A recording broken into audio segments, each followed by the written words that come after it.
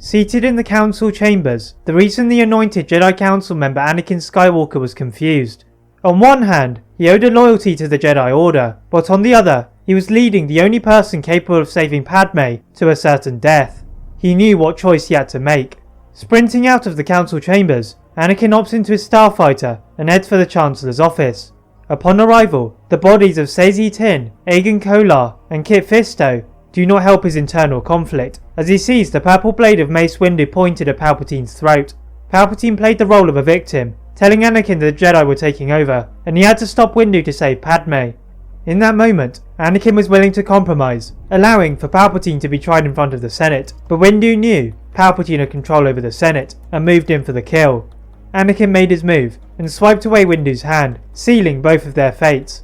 Windu to his death, and Anakin to the Sith Lord's demands. But what if Anakin had stayed in the light? How would this change Star Wars history? Would the Empire still reign terror over the galaxy? Would Luke grow to fight the Emperor? Well, as you're about to see, a lot is going to change.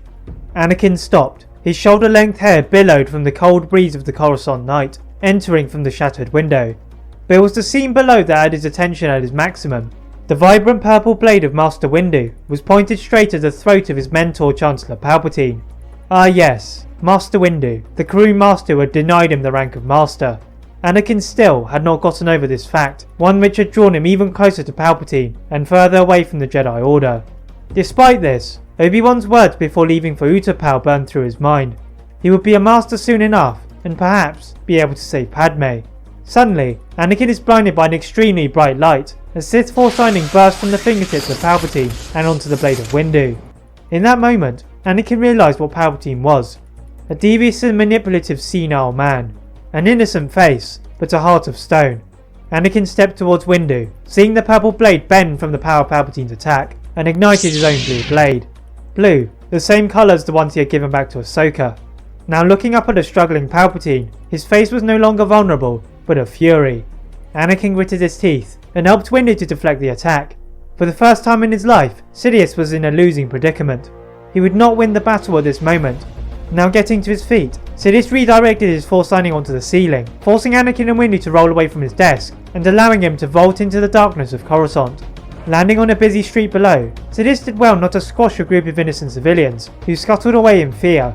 Now alone, Sidious removed a holo projector from his cloak, and executed Order 66. The clones patrolling the surrounding area all swiveled their heads with eerie synchronicity. And suddenly, the sound of blaster fire drummed into people's ears, as they ducked to shelter to avoid being hit by the crossfire.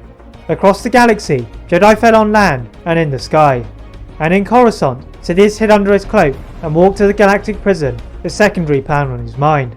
If he could not have Skywalker, there was another who could fill his role of apprentice. Across the city, Anakin and Windu staggered to their feet. Around them was rubble and shards of glass, but they could sense something darker. Looking through the open window into the chaos below, the clones were behaving oddly, all moving as if controlled remotely. The sound of nearby blaster fire caused them to turn around and ignite their lightsabers again. Immediately, a whole squad of clones walked in, their blasters primed on their former leaders. The Jedi don't want to do it, but it needs to be done. Levitating the Chancellor's desk, Anakin and Windu throw it to the onrushing clones, crushing most of them instantaneously. Windu then used his lightsaber to eliminate the rest of them, whilst Anakin cleared the entrance of all the corpses.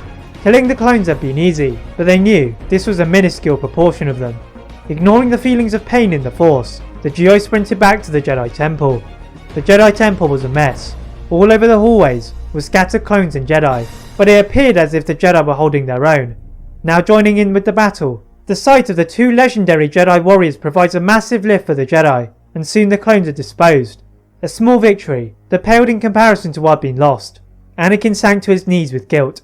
If only he had reacted quicker and sliced Sidious's head off.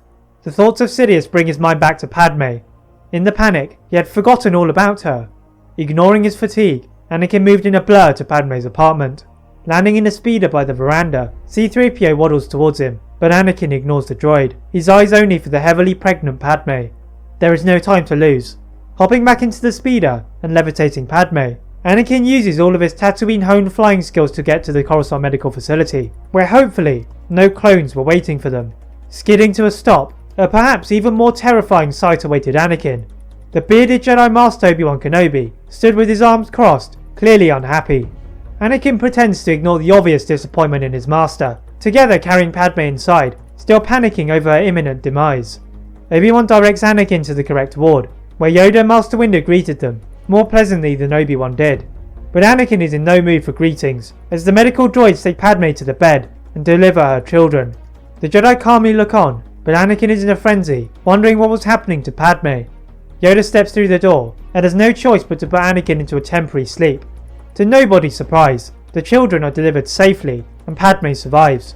Anakin finally wakes up, his head rather sore. Anakin was confused. Where was he? Sitting upright, he sees Padme resting, with Luke and Leia beside her. He could not believe what he was seeing. Palpatine in his nightmares had told him she would die in childbirth, and he had been foolish enough to believe them, Anakin now realised. Palpatine would pay for nearly killing Padme. But right now, he had another job to do. Heading back outside to a nearby ship with R2. R2 beats the signal range, and Anakin is relieved to hear his exhausted Padawan. Ahsoka's energy increases hearing the voice of her master. She had sensed terrible things in the Force on Mandalore, and was fortunate to be saved by Captain Rex. The captain and general carefully made their way back to Coruscant at Anakin's insistence. This was not for the Jedi, but for their leader. Anakin is happy to see Ahsoka and Rex, although still suspicious of his favourite clone, having seen so many turn upon the Jedi. Just then, the speakers above them spoke. It was the voice of Sidious, to terminate all remaining Jedi. That is it for part 1 of What If Anakin Stayed in the Light. Please like this video, and if you're new to this channel, subscribe for more tips, and as always, leave a comment on what if you'd like to see next, and how I can improve my videos. Thank you very much for watching, and see you next time.